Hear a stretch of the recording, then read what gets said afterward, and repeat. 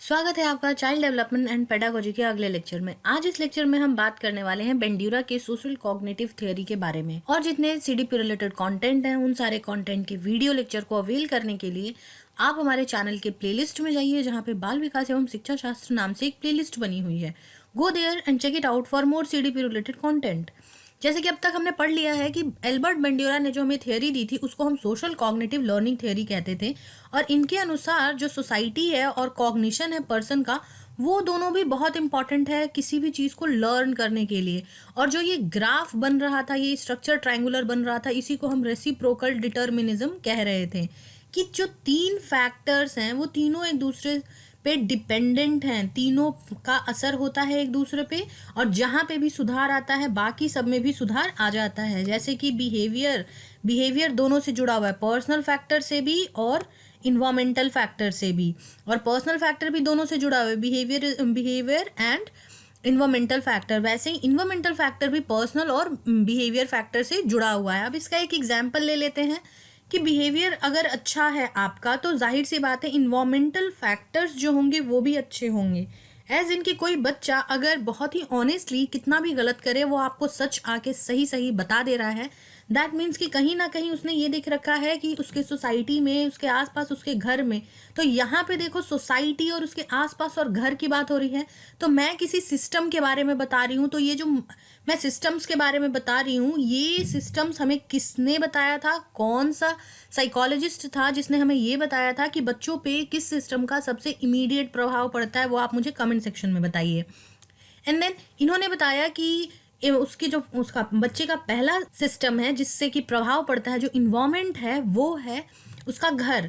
तो जो घर है वहाँ पे उसने ये चीज़ें देख रखी हैं कि मम्मी पापा, भाई बहन, दादा दादी, नाना नानी या जो कोई भी हैं वो सब आपस में बिल्कुल सही तरीके से बात करते हैं। गलती हो जाए सच सच जाके बता देते हैं घर पे, तो वो भी यही सीखेगा। और उसके अपने पर्सनल फैक्टर्स में भी यही डेवलपमेंट होगा कि वो ये सीखेगा कि कितना भी कुछ हो जाए गलत नहीं बात करना है। और धीरे धीरे ये उसके बिहेवियर का एक सबसे बड़ा फैक्टर बन जाएगा कि उसने इसको अडेप्ट कर लिया है कंप्लीटली कि अब कुछ भी गलत हो जाए हमें नहीं झूठ बोलना है। तो ये तीनों एक दूसरे पे डिपेंडेंट होते हैं और इसी को हम कहते हैं रेसिप्रोकल डिटर्मिनिज्म। आगे बढ़ते हैं। इन्होंने बताया कि लर्निंग का जो प्रोसेस होता है वो चरणबद्ध होता है और इन चरणों को, इन स्टेजेस को बिल्कुल भी बदला नहीं जा सकता है। जिसमें पहला है हमारा stage attention, then retention, then उसके बाद है मोटर रिप्रोडक्शन एंड मोटिवेशन। देखो इन्होंने भी मोटिवेशन की बात की है। तो अगर हम अटेंशन की बात करें तो अटेंशन मतलब क्या है, ध्यान से किसी भी चीज़ को देखना, सबसे पहले उसको देख करके सीखना कि हमने सीख लिया। Whatever is meant to be learn should be attended properly. पहले आपने अच्छे से अटेंड कर लिया। आपको बेंड्यूरा की थ्योरी पढ़नी थी, आपने इस लेक्चर के साथ साथ अपना कॉपी पेन लिया है और जहाँ पे आपको इंपॉर्टेंट पॉइंटर्स लग रहे हैं आप साथ के साथ नोट करते जा रहे हो। तो क्या है कि आपने ध्यान से सुना है और उसको अटेंड किया है लिख करके, फिर उसको याद किया है, उसको रिटेंड किया है, रिटेंशन। ठीक है, जब भी जो कुछ भी देखा है, जो कुछ भी सीखा है, उसका मतलब याद रखना कि हमने अटेंशन और रिटेंशन और प्रोसेस ऑफ लर्निंग में किया था। देन नेक्स्ट इज रिप्रोडक्शन और प्रोडक्शन। जो भी चीज़ सीखा है उसको एग्जाम में जाके एज इट इज जब सवाल आएगा, इससे ये बहुत ही इंपॉर्टेंट टॉपिक है, तो इससे जब भी सवाल आएगा तो इसको जा करके सवाल का जवाब देना कि हमने बेंड्यूरा की लर्निंग थ्योरी में पढ़ा था जो 4 स्टेजेस होते हैं वो है attention, retention, production and motivation. ठीक है, अब मोटिवेशन के रूप में आपको क्या मिलेगा, आपने जब एग्जाम में इसको रिप्रोड्यूस कर दिया है तो आपका एग्जाम क्लियर हो जाएगा। ठीक है, सीटेट क्लियर हो जाएगा। तो वो क्या है, वो एक प्रेरक है, वो कारक है जो आपको मोटिवेट कर रहा है कि मैंने जो कुछ भी देखा था उसको ठीक से वापस से करूं। राइट, आगे आपने DSSB में देना था, आगे आपने KVS में देना था, आप वापस से डेली वाइट्स पे आए कि वापस से सारी चीज़ों को अच्छे से लर्न किया है। तो क्या हुआ, यहाँ पे आपको मोटिवेशन मिला। एक एग्जाम भी अगर आपका अच्छा होता है, आपको कोई अच्छी तरीके से बात करता है, कॉम्प्लीमेंट करता है, तो वो मोटिवेशन का काम करता है, उसी काम को आगे करने का काम करता है।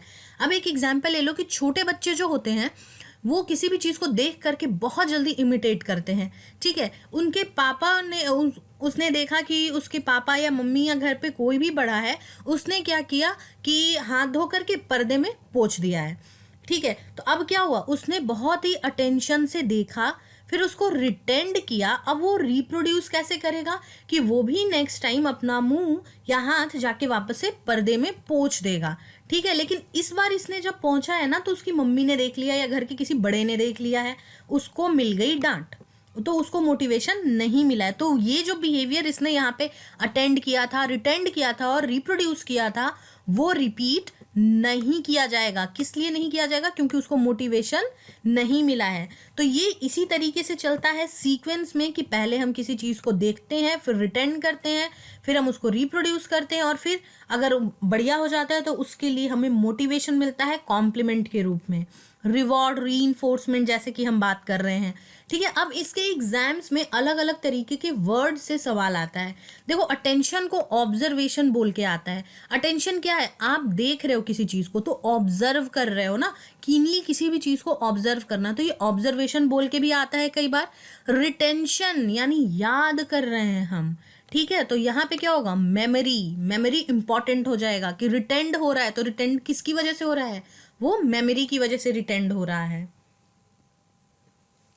नेक्स्ट इज प्रोडक्शन, यानी आप प्रोड्यूस कर पा रहे हो, यार मोटर एबिलिटीज, जो अभी देखा था, मोटर एबिलिटीज, मोटर रिप्रोडक्शन, तो वो क्या है? एक्शन है। आपने जो बेंड्यूरा की थ्योरी ऑब्जर्व की, मेमोराइज की, उसको जाके एग्जाम में रिप्रोड्यूस कर पाए, तो क्या हुआ? वहां पे आप एक्शन ले पाए, आपने जो अटेंड किया था, रिटेंड किया था उसका। और फिर उसके बाद मोटिवेशन, जिसका कि अनदर वर्ड है रीइंफोर्समेंट। वो रीइंफोर्समेंट क्या हो सकता है? बच्चे के केस में क्या था? वो कॉम्प्लीमेंट था, और या फिर डांट थी। जब बच्चे ने हाथ पोंछा है पर्दे में, तो उसके घर के बड़ों ने उसको देख के डांट दिया है कि ये गलत बात है, ये नहीं करते हैं, ये तुमने कहाँ से सीख लिया। तो अब वहां पे क्या हुआ? उसको रीइंफोर्समेंट नहीं मिला है उस चीज को करने के लिए, तो वो मोटिवेट नहीं हुआ है आगे करने के लिए, तो वो बिहेवियर वहीं रुक जाएगा। और जब सीटेट का एग्जाम क्लियर हो गया है, तो आगे आपको कुछ काम करना है, तो आपने वापस से डेली बाइट्स को विजिट किया है, सीटेट के जो बैचेस हैं उनको ज्वाइन किया है, ये सोच करके कि अब मेरा जो भी एग्जाम होगा ये सब बहुत ही सही जाएगा, एक अच्छा प्लेटफॉर्म मिला है। तो क्या हुआ? आपने उन सारे प्रोसेसेस को वापस से, जिसको देखा था पहले, एक लेक्चर को, 2 लेक्चर को रिटेंड किया था, जाके एग्जाम में रिप्रोड्यूस किया था, उससे अच्छे मार्क्स आने की वजह से आप जब मोटिवेट हुए थे, तो वापस से कोई अगर जो भी आपके जीवन में कोई भी ऐसी घटना हुई जो परिवर्तित हुई है, तो फिर से आपने क्या किया? उसको भी अटेंड किया उसी तरीके से, अपने पुराने ऑब्जर्वेशंस के हिसाब से। आप अपना ऑब्जर्वेशन बढ़ाइए डेली वाइट्स के साथ। सीटेट के मॉक पेपर अवेलेबल हैं www.dailybites.in पर जाइए और अपना परफॉर्मेंस एक लेवल अप कीजिए। नाउ, उन्होंने एक चीज और बहुत ज्यादा बताई इंपॉर्टेंट, और वो था सेल्फ मॉडिफिकेशन बिहेवियर। अब सेल्फ बिहेवियर मॉडिफिकेशन या सेल्फ मॉडिफिकेशन बिहेवियर क्या है? तो this is the ability which plays a vital role in making person successful. कोई भी व्यक्ति अगर सक्सेसफुल होता है तो वो सिर्फ अपने कारणों की वजह से होता है, उसमें किसी का हाथ नहीं होता है। हम आपको रास्ता बता सकते हैं, आपके बड़े आपको ये बता सकते हैं आपको करना क्या है, लेकिन अल्टीमेटली करना किसको होता है? उसी पर्सन को करना होता है। मैंने कह दिया सेल्फ मॉडिफिकेशन बिहेवियर से पिछले 4 साल से सवाल पे सवाल आए जा रहे हैं, आप इसको अच्छे से पढ़ लेना, आप इसको अच्छे से पढ़ लेना।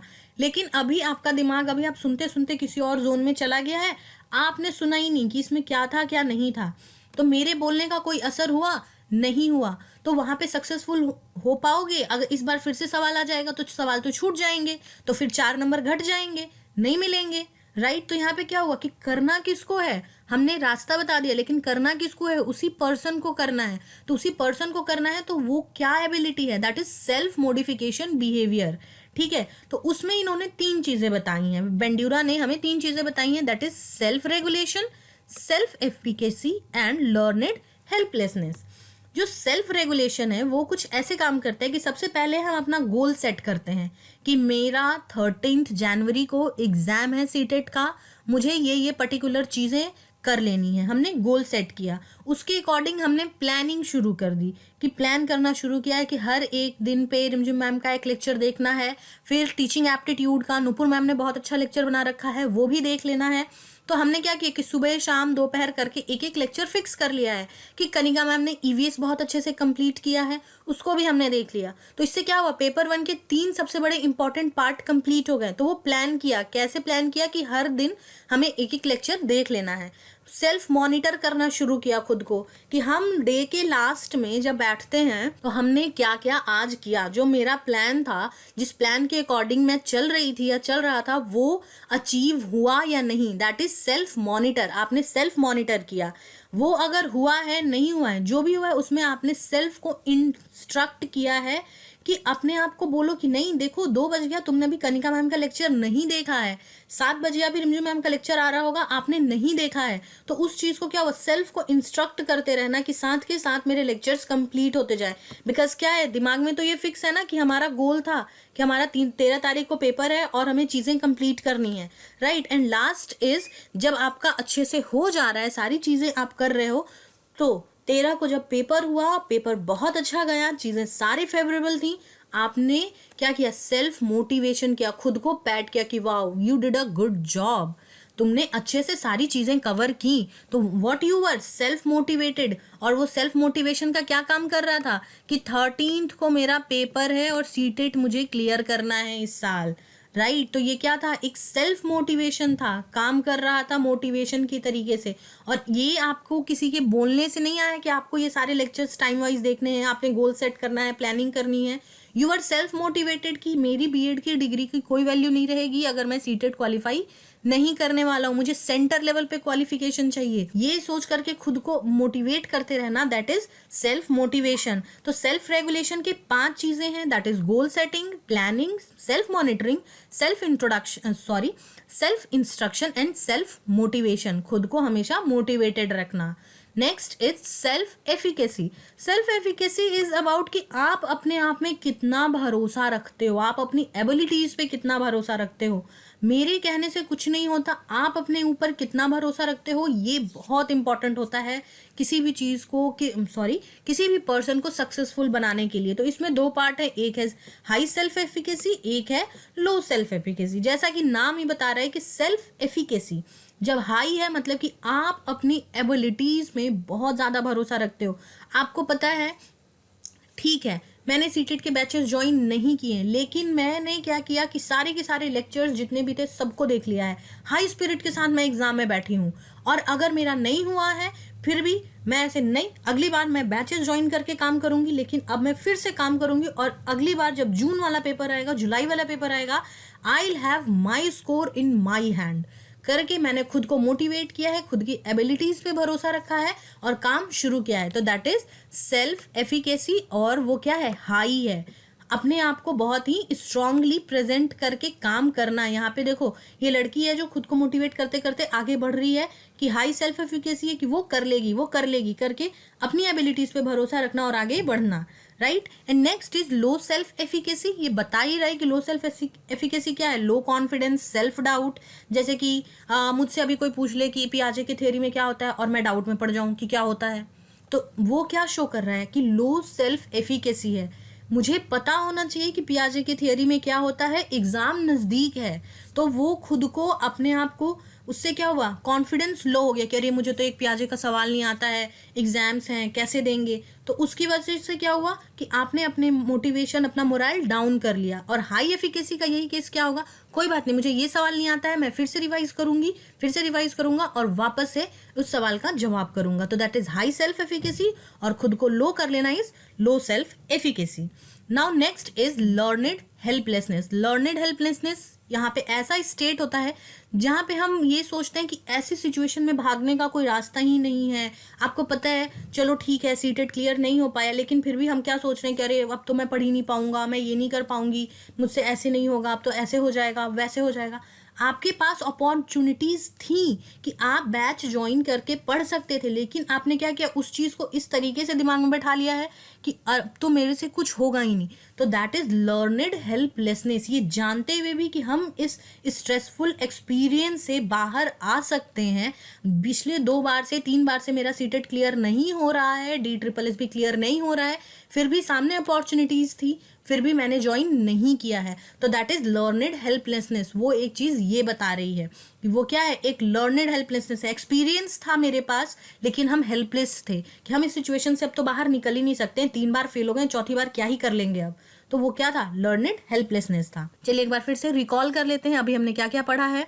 लर्निंग के 4 चरण होते हैं, ये चरणबद्ध होते हैं और ये बिल्कुल स्टेजेस जो हैं ऊपर नीचे नहीं किया जा सकते हैं, जिसमें सबसे पहला स्टेज है हमारे पास अटेंशन, चीज़ों को अच्छे से देखना, फिर रिटेंशन, जो चीज़ें देखी हैं उसको याद रखना, फिर मोटर रिप्रोडक्शन, वापस उसको रिप्रोड्यूस कर पाना, and last is motivation. Motivation क्या है कि जो बिहेवियर हमने अटेंड करके देखा है, रिटेंड किया है, रिप्रोड्यूस किया है, उसके एवज में हमें कितनी तारीफ मिली है, तो दैट इज मोटिवेशन। ये मोटिवेशन है, ये 4 स्टेप्स हैं। नेक्स्ट इज हमने और क्या चीज़ें पढ़ी हैं। हमने सेल्फ रेगुलेशन बिहेवियर पढ़ा है, जिसमें हमने सेल्फ एफिकेसी पढ़ा, लर्नड हेल्पलेसनेस पढ़ा है, और फिर हमने पढ़ा है सेल्फ रेगुलेशन, खुद को रेगुलेट करते रहना। लर्नड हेल्पलेसनेस जहाँ पे कि हम अपने आप को स्ट्रेसफुल कंडीशन से नहीं निकाल पा रहे हैं अपॉर्चुनिटीज़ रहने के बाद भी। और सेल्फ एफिकेसी जहाँ पे अपने आप को हाई स्पिरिट और लो स्पिरिट में बांटा हुआ है कि हम अगर अपने आप को मोटिवेट करते हुए आगे बढ़ रहे हैं, that is high self efficacy. अपनी एबिलिटीज़ पे भरोसा है, that is high self efficacy. और अपने एबिलिटीज़ पे भरोसा नहीं है, कॉन्फिडेंस लेवल लो है, तो that is low self efficacy. This was wrap on this video. आप हमारे टेलीग्राम चैनल से जुड़ सकते हैं, जिसका लिंक आपको डिस्क्रिप्शन बॉक्स में मिल जाएगा। जाएं वहां जुड़ें और नए वीडियोस के अपडेट को प्राप्त करें। और अब आप मुझसे इंस्टाग्राम के थ्रू भी जुड़ सकते हैं और अपने डाउट्स क्लियर कर सकते हैं। Until then stay tuned, stay connected to daily bites. God bless you all.